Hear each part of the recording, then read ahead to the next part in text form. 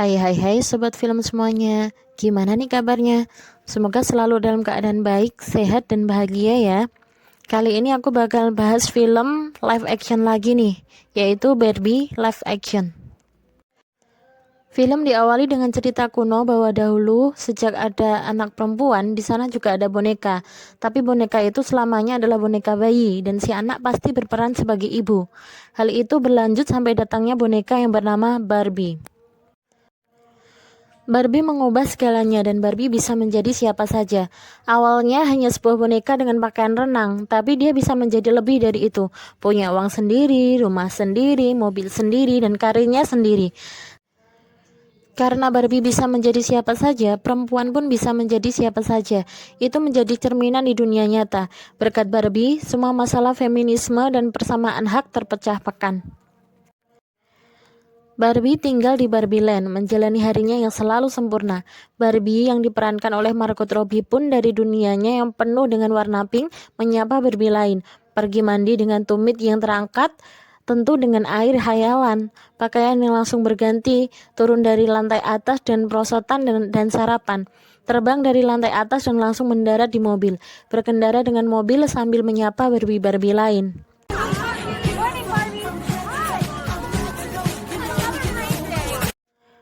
Lalu ada Presiden Barbie yang diperankan oleh Issa Rae memimpin sebuah rapat yang dihadiri para Barbie yang diliput oleh reporter Barbie. Sebuah penghargaan Nobel diberikan kepada Barbie. Nobel sastra juga jatuh pada Barbie. Hakim, jaksa, pengacara, bahkan semua pengunjung pengadilan juga adalah Barbie. Pilot dan astronot juga adalah Barbie. Barbie melewati hari yang sempurna setiap hari.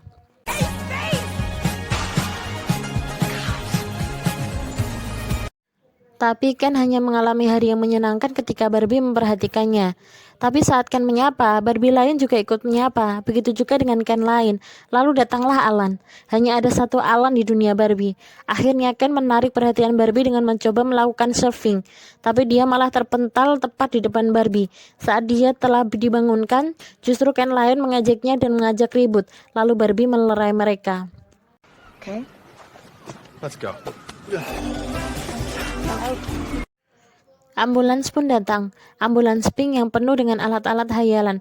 Dengan dramanya, Ken meminta Barbie untuk memegang tangannya dan tetap bersamanya, dan dia dinyatakan baik-baik saja.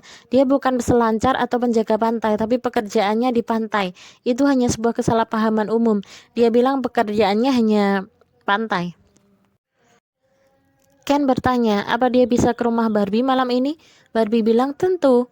Dia tidak punya rencana besar, hanya pesta besar-besaran dengan semua Barbie dengan koreografi terencana dan lagu yang dipesan lebih dulu.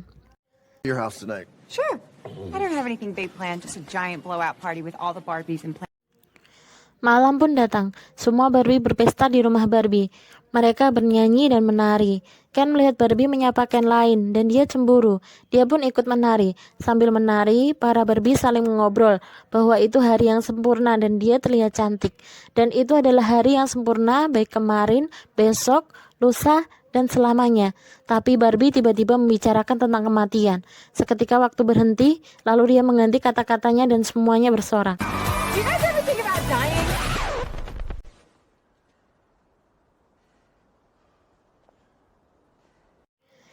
Ken ingin mencium Barbie karena akhirnya mereka pacaran, dan dia ingin menginap tapi Barbie menyuruhnya pergi karena malam itu adalah Girls Night. Dan setiap malam adalah Girls Night. Selamanya, Ken pun pergi meskipun mungkin baginya itu tidak adil. Paginya, Barbie merasa ada yang aneh dengan dirinya. Terbangun mendadak, bau mulut, air hayalan yang terasa dingin, roti yang gosong, dan susu yang kadaluarsa. Dan dia terjatuh saat akan mendarat di mobilnya.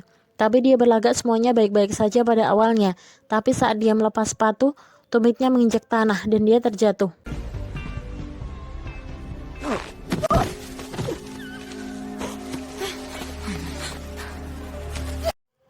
Barbie duduk di sebuah tempat dan para Barbie lain menghampirinya. Dia pun mengatakan bahwa tumitnya menginjak tanah. Dia tidak lagi berjinjit. Mereka pun ingin melihatnya. Dan saat Barbie memperlihatkan, mereka semua histeris.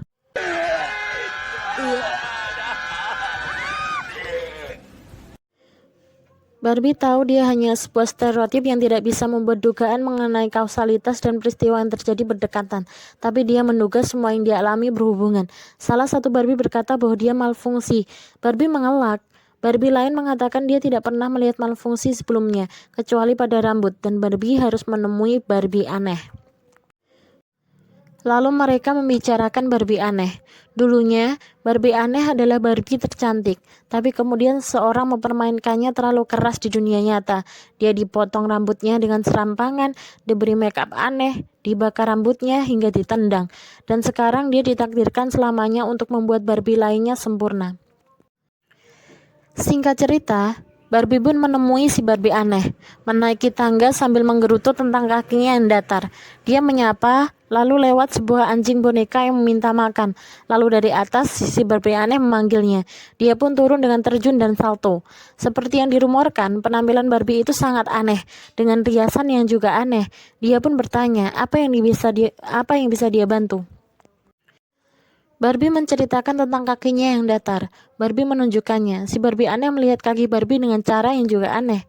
Si Barbie aneh bilang dia belum pernah melihat itu sebelumnya. Barbie bertanya, bagaimana dia bisa memperbaikinya? Barbie aneh bertanya, apa yang terjadi sebelumnya? Barbie dengan ragu mengatakan bahwa dia berpikir tentang kematian. Si Barbie aneh kaget. Si Barbie aneh bilang bahwa Barbie telah membuka portal antara dunia Barbie dengan dunia nyata. Barbie mengelak. Si Barbie aneh bilang seseorang telah melakukannya dan mengakibatkan robekan dalam kontinum tersebut. Jika Barbie ingin kembali menjadi stereotip yang sempurna, dia harus memperbaikinya atau dia akan terus menjadi lucu. Barbie aneh menyuruh Barbie untuk melihat paha atasnya. Barbie terkejut melihat sesuatu di pahanya. Dia bertanya, apa itu? Si Barbie aneh bilang itu adalah selulit dan itu akan menyebar kemana-mana lalu dia akan menjadi sedih, lembek, dan rumit. Barbie bertanya, apa yang harus dia lakukan? Barbie aneh bilang, dia harus pergi ke dunia nyata. Dia harus menemukan gadis yang memainkannya. Barbie aneh mengatakan bahwa gadis yang sedang memainkannya sedang sedih dengan pikiran kemanusiaannya yang mengakibatkan kelucuan terjadi pada bonekanya. Barbie bertanya, kenapa dia sedih, padahal Barbie telah memperbaiki semuanya agar mereka bahagia dan bersemangat. Barbie aneh tidak tahu, tapi yang jelas Barbie juga ada hubungannya dengan apa yang terjadi. Butuh 2 orang untuk merobek portal. Barbie bilang dia tidak pernah menginginkannya. Dia hanya ingin semua menjadi seperti apa adanya. Barbie aneh bilang, bagaimanapun mereka saling terkait, dan Barbie harus membantunya agar bisa menjadi normal. Barbie aneh memberinya pilihan antara kembali ke kehidupannya tanpa memedulikan apa yang terjadi dengan mengangkat heels di tangan kanannya atau mengetahui kebenaran alam semesta dengan mengangkat sendal datar di tangan kirinya. Dengan cepat Barbie memilih heels. Barbie aneh bilang seharusnya dia ingin tahu. Barbie bilang dia bukan Barbie petualang, dia hanya stereotip. Barbie aneh bilang dia kecewa dan itu menyedihkan. Dia hanya memberikan pilihan supaya dia punya kendali. Tidak ada jalan lain selain Barbie pergi untuk memperbaikinya. Akhirnya Barbie meminta untuk dikirim ke portal. Tapi Barbie aneh malah bilang bahwa portal itu tidak ada. Itu hanya sebuah kiasan. Barbie harus mengendarai mobil sport, speedboat, kapal roket, sepeda tandem, mobil camping, dan mobil salju untuk menempuh perjalanan ke negara bagian Los Angeles dan memasuki negara California menggunakan sepatu roda. Barbie bertanya, bagaimana caranya menemukan gadis itu? Barbie aneh bilang, dia akan tahu dengan sendirinya. Barbie bertanya bagaimana cara dia bisa kembali. Barbie aneh bilang, dengan cara yang sama tapi sebaliknya. Barbie aneh bilang, jika Barbie tidak pergi dan memperbaikinya, yang jelek akan menjadi lebih jelek dan Barbie akan terlihat seperti dirinya yang aneh. Barbie pun pamit. Para Barbie lain menyiapkan pesta perpisahan untuk Barbie pergi menuju dunia nyata. Ken lain bilang, apa dia tidak mengajakmu? Ken bilang Barbie mengajaknya, tapi dia lebih suka di situ. Lalu Ken mengajak bahwa Ken sebenarnya hanya takut.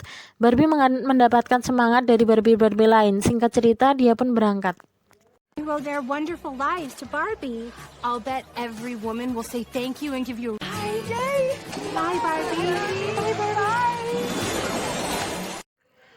Barbie meninggalkan Barbie Land dengan bernyanyi. Tiba-tiba Ken berada di belakangnya. Mereka menjerit. Barbie bertanya, apa yang dilakukan Ken?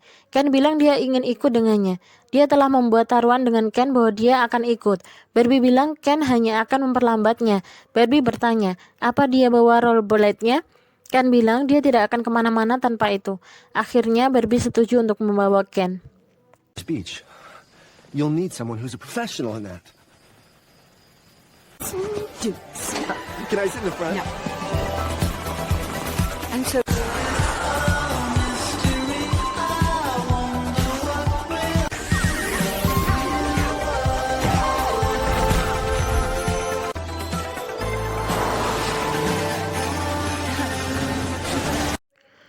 Mereka pun sampai di pantai dunia nyata dengan sepatu roda dan setelan yang aneh.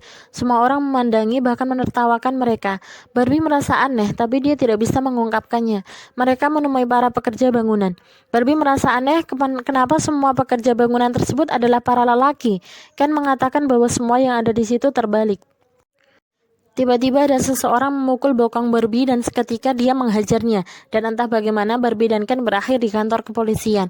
Lalu mereka keluar dari sebuah toko dengan pakaian yang masih saja mencolok dan mereka tidak membayar. Mereka lari dan kembali berakhir di kantor polisi. Barbie mempertanyakan bagaimana dia bisa bertemu dengan gadis yang memainkannya. Dia tidak punya ide. Barbie duduk dan menjernihkan pikiran, sementara Ken terus merecok. Barbie menyuruhnya pergi sendiri kemanapun. Ken pun pergi. Saat Ken pergi, dia melihat sesuatu yang aneh baginya. Para pria memakai pakaian yang keren dan macho, tos dengan kepalan tangan dan juga berolahraga, menaiki kuda, berbicara tentang bisnis dengan setelan jas, menjadi presiden dan bahkan digambar di mata uang. Semuanya laki-laki. Dia tersenyum girang.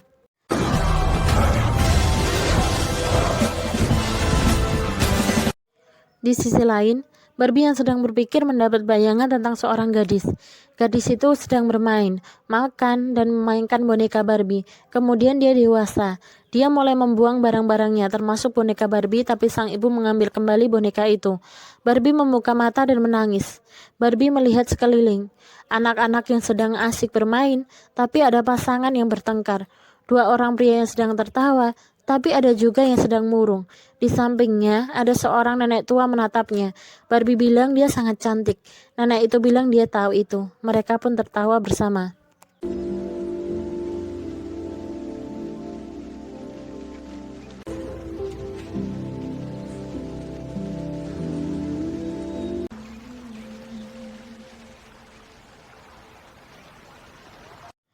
Ken datang dan memanggilnya. Mereka sama-sama ingin mengutarakan apa yang mereka temukan.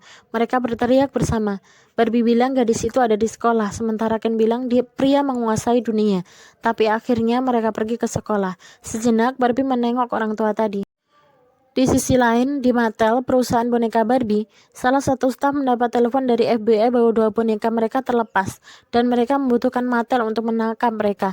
Staf itu akhirnya memutuskan untuk ke atas, sementara staf lain bilang tidak ada yang pernah ke atas.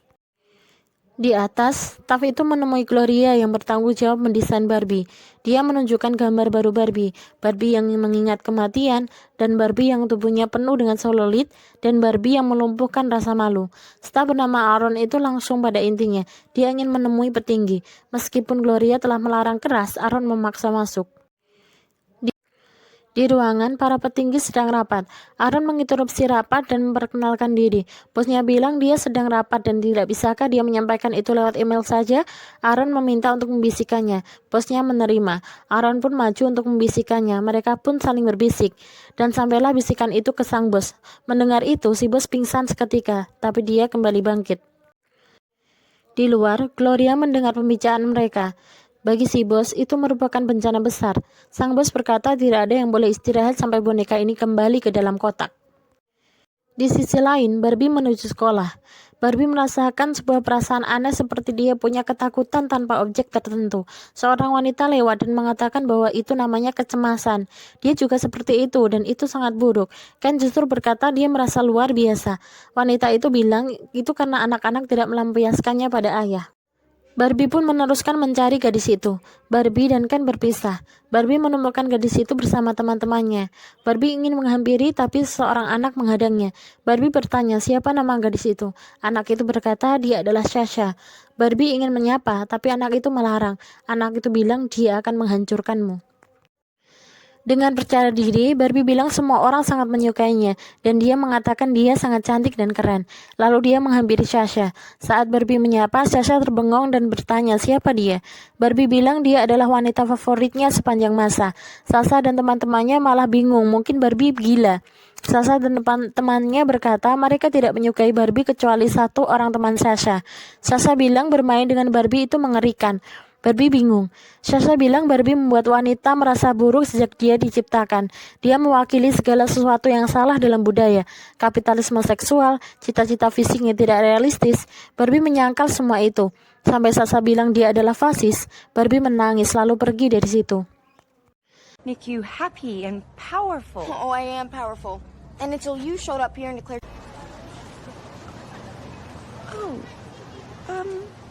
Excuse me. It was really nice talking to you.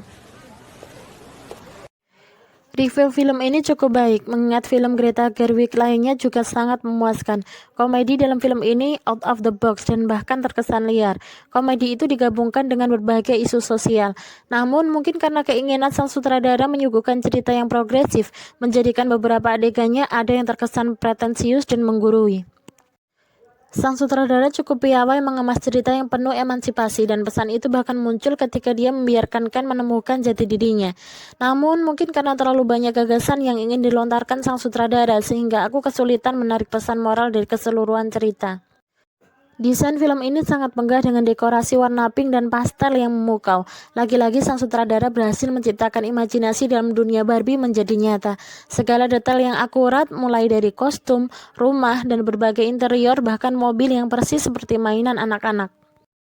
Menariknya, film ini bertabur bintang sebagai pemeran-pemerannya. Selain Robbie dan Ryan sebagai tokoh utama, ada juga para tokoh yang cukup membekas seperti America Ferrera, Issa Rae, Simu Liu, Kingsley Ben-Adir, dan Michael Cera. Tapi overall, menurut aku film ini bagus untuk ditonton semua kalangan, karena film ini pasti akan menyentuh bagi laki-laki maupun perempuan yang menontonnya. Akan ada bagian-bagian tersendiri di mana kita bisa merasakan kesetaraan gender yang sangat kuat dalam film ini. Mungkin itu aja deh dari aku. Apa pendapat kalian tentang film ini? Tulis komen di bawah ya. Dadah, bye-bye.